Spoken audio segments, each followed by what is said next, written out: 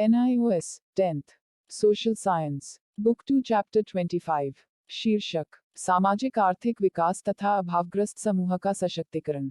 इस पाठ के अंतर्गत प्रमुख जानकारियां। 1. सामाजिक आर्थिक विकास, मानव विकास, क्षेत्रीय विकास और सतत पोषणीय विकास की अवधारणा। 2. भारत में क्षेत्रीय असंतुलन तथा सामाजिक आर्थिक असमानताओं के लिए जिम्मेदार विभिन्न कारक। 3. अनुसूचित जाति, अनुसूचित जनजातियों और महिलाओं जैसे वंचित समूहों के सशक्तिकरण तथा संबंधित मुद्दे। 4. अनुसूचित जातियों, अनुसूचित जनजातियों, महिलाओं और बच्चों से संबंधित नीतियां और कार्यक्रम। 5. शिक्षा, स्वास्थ्य, पोषण आदि से संबंधित विभिन्न नीतियां और कार्यक्रम। प्रश्न 1. सामाजिक आर्थिक विकास का अर्थ लिखिए। उत्तर। सामाजिक आर्थिक संदर्भ में विकास से अभिप्राय बेहतर शिक्षा, आय वृद्धि, कौशल विकास और रोजगार के माध्यम से लोगों की जीवन शैली में सुधार से है। यह सांस्कृतिक और पर्यावरणीय कारकों के आधार पर आर्थिक और सामाजिक परिवर्तन की प्रक्रिया है। प्रश्न 2. सामाजिक विकास से आप क्या समझते हैं?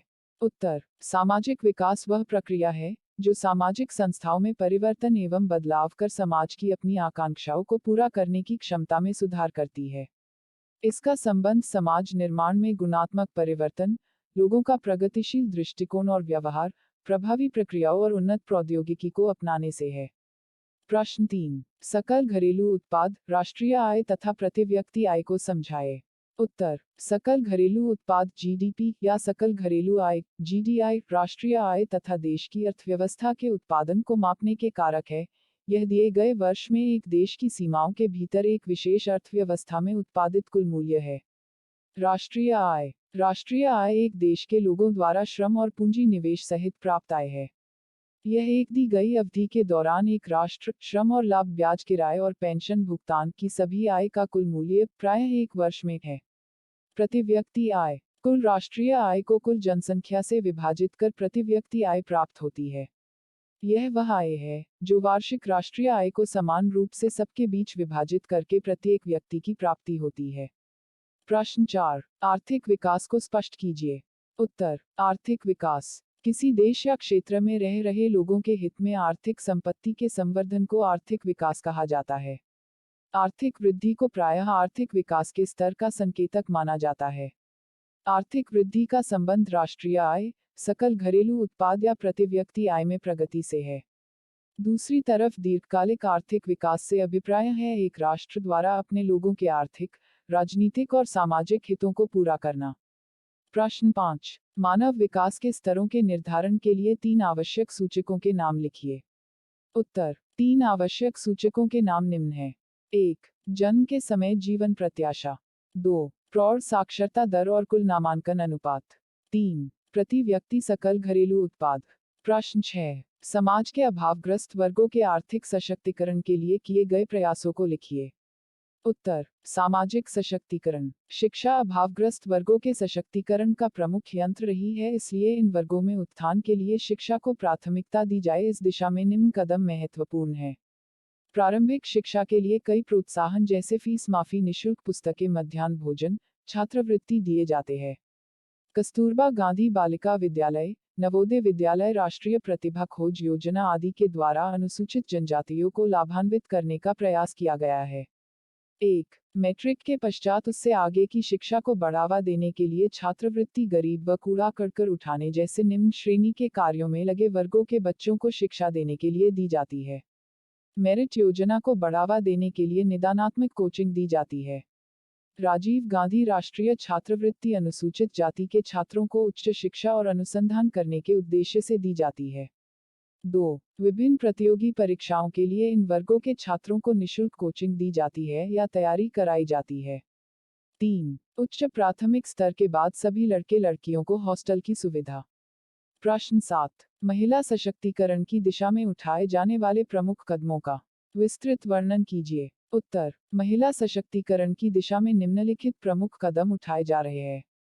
का आर्थिक सशक्तिकरण। 1. भारत में गरीबी रेखा के नीचे महिलाओं की संख्या अत्यधिक होने के कारण कई ऐसी योजनाएं लागू की जा रही हैं जो विशेष रूप से उनकी आवश्यकताओं को पूरा करती हो।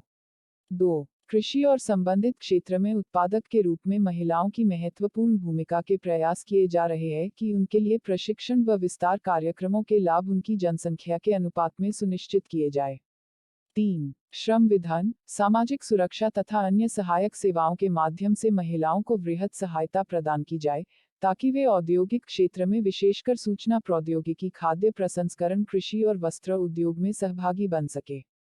4. सामाजिक, आर्थिक और राजनीतिक जीवन में महिलाओं की भागीदारी और पूर्ण सहयोग प्राप्त करने के लिए कार्यस्थल का वातावरण उनके लिए सहायक होना चाहिए। इसके लिए वहां पर बाल देखरेख की सुविधा, क्रेच तथा वृद्ध और विकलांगों के लिए विशेष व्यवस्था होनी चाहिए। ख. सामाजिक सशक्तिकरण। 1. महिलाओं में रोजगार, व्यावसायिक और तकनीकी हुनर का विकास करने के उद्देश्य से महिलाओं व बालिकाओं की शिक्षा तक पहुंच, शिक्षा के क्षेत्र में भेदभाव की समाप्ति, शिक्षा का सार्वभौमिकरण, निरक्षरता उन्मूलन तथा लैंगिक संवेदी शिक्षा प्रणाली की दिशा में कई प्रयास किए जा रहे हैं, ताकि शिक्षा की गुणवत्ता को बढ़ाकर अधिगम को जीवन पर्यंत चलने वाली प्रक्रिया बनाया जा सके। 2. स्वास्थ्य के प्रति संपूर्ण दृष्टिकोण, जिसमें पोषण व स्वास्थ्य सेवाओं को शामिल कर जीवन के हर स्तर पर महिलाओं और लड़कियों की आवश्यकताओं पर विशेष ध्यान दिया जा सके। महिलाओं के लिए कुपोषण और बीमारियों जैसे खतरों का सामना करने के उद्देश्य से जीवन के हर पड़ाव पर उनकी पोषण संबंधी आवश्यकताओं को पूरा करने पर जोर दिया जा रहा है। 3. महिलाओं के विरुद्ध हर प्रकार की शारीरिक व मानसिक हिंसा के उन्मूलन को उच्च प्राथमिकता दी जा रही है, चाहे वह घरेलू अथवा सामाजिक स्तर पर हो या फिर परंपराओं और रीति रिवाजों के कारण उत्पन्न हुई हिंसा हो। ग. राजनीतिक सशक्तिकरण। भारत में स्वतंत्रता प्राप्ति के समय से ही महिलाएं चुनाव लड़ने व मतदान करने के अधिकार का उपभोग कर रही हैं। उन्हें सरकार के हर स्तर पर निर्णय लेने की प्रक्रिया में भाग लेने का अधिकार प्राप्त है। 73वें और 74वें संविधान संशोधन 1993 इस दिशा में एक महत्वपूर्ण कदम साबित हुआ। इसके द्वारा ग्रामीण और शहरी स्थानीय शासन में महिलाओं को 33% आरक्षण प्रदान कर राजनीतिक व्यवस्था व संरचना में उनकी भागीदारी को बढ़ा दिया है। राजनीतिक सत्ता तक उनको समान पहुंच प्रदान कर दी है। इससे सार्वजनिक जीवन में महिलाओं की भागीदारी को बढ़ावा मिला है। महिलाओं के लिए लोकसभा तथा विधानसभाओं में सीटें आरक्षित करने संबंधी विधेयक संसद में विचाराधीन पड़ा है। प्रश्न 8. सर्वशिक्षा अभियान के विषय में आप क्या जानते हैं? उत्तर. प्रारंभिक शिक्षा के सार्वभौमिकरण की महत्वाकांक्षी योजना को सर्वशिक्षा अभियान के नाम से जाना जाता है। इसे 2001 में शुरू किया गया। सर्वशिक्षा अभियान के निम्नलिखित लक्ष्य निर्धारित किए गए थे। 1. उम्र 6 से 14 वर्ष के सभी बच्चों का स्कूल में नामांकन। शिक्षा गारंटी योजना के अंतर्गत 2005 तक सेतु पाठ्यक्रम की व्यवस्था। 2. सभी प्रकार के लैंगिक भेदों को प्राथमिक स्तर पर दूर करना। 3. वर्ष 2010 तक सार्वभौमिक विद्यालय उपस्थिति या ड्रॉप आउट दर समाप्त करना। 4. प्रारंभिक शिक्षा की संतुष्टिजनक गुणवत्ता तथा जीवन के लिए शिक्षा के सिद्धांत पर जोर देना। प्रश्न 9. भारत में स्वास्थ्य की स्थिति समझाएं। उत्तर. विश्व में भारत पहला देश था जिसने 1951 में समग्र परिवार नियोजन कार्यक्रम शुरू किया।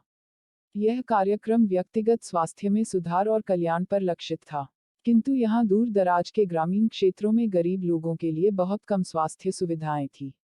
पिछले 5 दशकों में पूरे देश में स्वास्थ्य केंद्रों का जाल बिछाने के लिए खासा निवेश किया गया, लेकिन अब तक उप स्वास्थ्य केंद्रों, प्राथमिक स्वास्थ्य केंद्रों और सामुदायिक स्वास्थ्य केंद्रों के लिए आवश्यक बुनियादी ढांचा खड़ा नहीं किया जा सका। सरकार सभी नागरिकों को स्वास्थ्य सुविधाएं देने के लिए प्रयत्नशील है।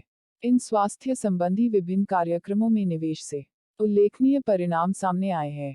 स्वतंत्रता के समय मृत्यु दर 27.4 प्रति हजार जनसंख्या से घटकर 2001 में 8.5 प्रति हजार हो गई और शिशु मृत्यु दर 134 प्रति हजार जन्म से घटकर 2001 में 71 हो गई।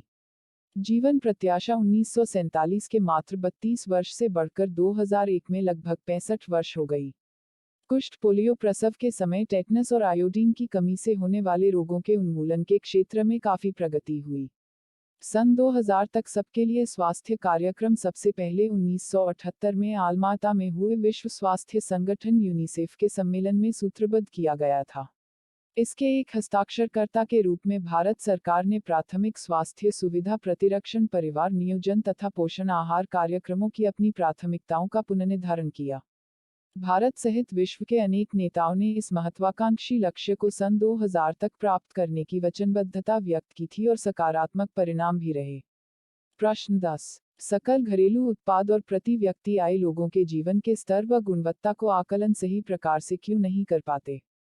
उत्तर। सकल घरेलू उत्पाद आर्थिक कल्याण व स्तर को मापने का एक विशेष तरीका है, लेकिन इसके अंतर्गत आराम का समय, पर्यावरण की गुणवत्ता, स्वतंत्रता, सामाजिक न्याय, लैंगिक समानता जैसे पक्षों को शामिल नहीं किया जाता। इसी प्रकार प्रति व्यक्ति आय सभी लोगों में आय का समान वितरण का सूचक नहीं है। प्रश्न 11। सतत पोषणीय संधारणीय विकास को परिभाषित कीजिए। उत्तर। विकास जो वर्तमान आवश्यकताओं को पूरा करने के साथ साथ आने वाली पीढ़ियों की अपनी जरूरतों को पूरा करने की क्षमता से कोई समझौता न करे, उसे संधारणीय विकास के रूप में परिभाषित किया जाता है।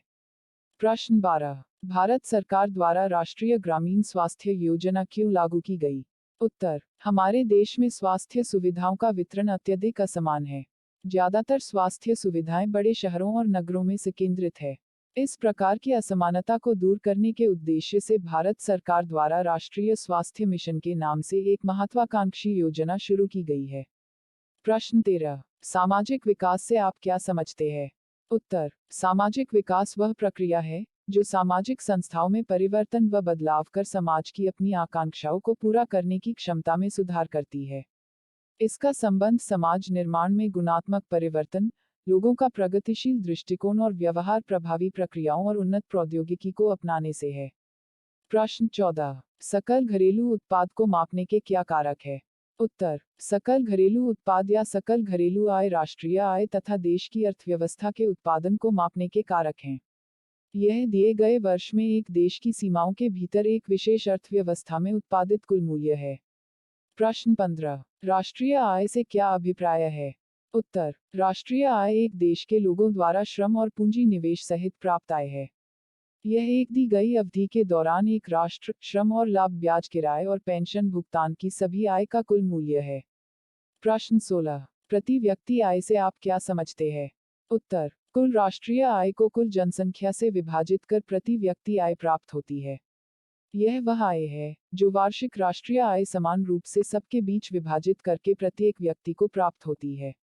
प्रश्न 17। राष्ट्रीय शिक्षा नीति 1986 में शिक्षा के लिए क्या प्रावधान किए गए थे?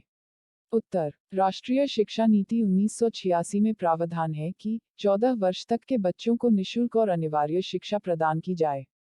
प्रश्न 18। समाज के अभावग्रस्त समूह से क्या अभिप्राय है? उत्तर। समाज के अभावग्रस्त समूह से अभिप्राय है समाज में रहने वाले लोग जो सामाजिक, आर्थिक तथा शैक्षिकी स्तर पर पिछड़े हो, जैसे अनुसूचित जाति, जनजाति, महिलाएं, अल्पसंख्यक इत्यादि।